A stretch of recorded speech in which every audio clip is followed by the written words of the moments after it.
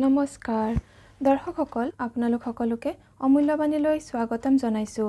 আজিৰ ভিডিঅ'টোৰ বিষয় হৈছে আহাৰ আৰু শাওণ মাহৰ বৰষুণৰ পানীৰে কৰিব পাৰে এটা চমৎকাৰী উপায়, আৰু যিটো উপায় কৰিলে আৰ্থিক সমস্যা দূৰ হয় আৰু ঘৰত সদায় সুখ শান্তি থাকে।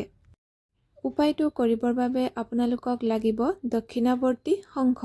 এই শংখ বজাৰত বা দোকানত কিনিবলৈ পোৱা যায়।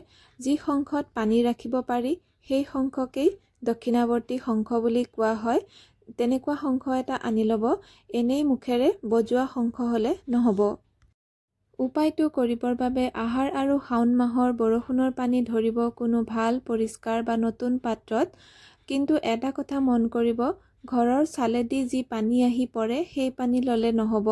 পানী ডাইৰেক্ট আকাশৰ পৰা আহি আপুনি ৰখা পাত্ৰটোত পৰিব লাগিব। এনেকৈ এটা ডাঙৰ পাত্ৰত বৰষুণৰ পানী ধৰি ৰাখিব। তাৰপিছত কোনো ভাল ডাঙৰ পাত্ৰত সাঁফৰ বা কভাৰ কৰি ৰাখি দিব। গোটেই বছৰটোৰ কাৰণে এই পানী আপুনি ব্যৱহাৰ কৰিব পাৰিব এই বিশেষ উপায়টো কৰোঁতে। উপায়টো একেবাৰেই সহজ।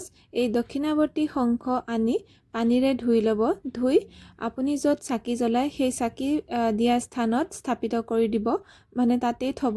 আৰু সেই শংখটোত এই বৰষুণৰ পানী যি আপুনি ধৰিছে সেই পানী ভৰাই দিব ভৰ্তিকৈ।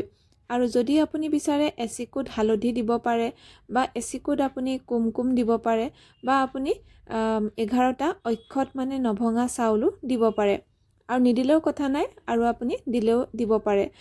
এই পানীখিনি আপুনি সদায় এনেকৈ দক্ষিণাৱৰ্তী শংখটোত ভৰাব লাগিব, আৰু পিছদিনা এই পানীখিনি গোটেই ঘৰতে ছটিয়াই দিব লাগিব। পানীখিনি ছটিয়াই দিয়াৰ পিছত পুনৰ এই শংখত পানী ভৰাই ভগৱানৰ স্থানত থৈ দিব। এনেকৈ সদায় আপুনি কৰিব লাগিব। আৰু এটা কথা মন কৰিব, যদিহে আপুনি চাউল দিয়ে সেই চাউলকেইটা প্ৰতিদিনেই আপুনি কোনো গছৰ গুৰিত দি দিব।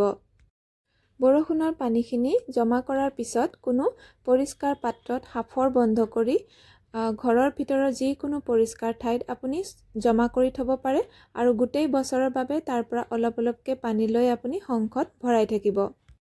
দক্ষিণাৱৰ্তী শংখত মা লক্ষ্মীয়ে বাস কৰে। সেয়েহে এই উপায়টো যদি কৰে, টকা পইচাৰ সমস্যা দূৰ হয়, ঘৰলৈ টকা পইচা অহাৰ নতুন নতুন পথ খুলিব পাৰে, আৰু ঘৰত সদায় সুখ শান্তি থাকে।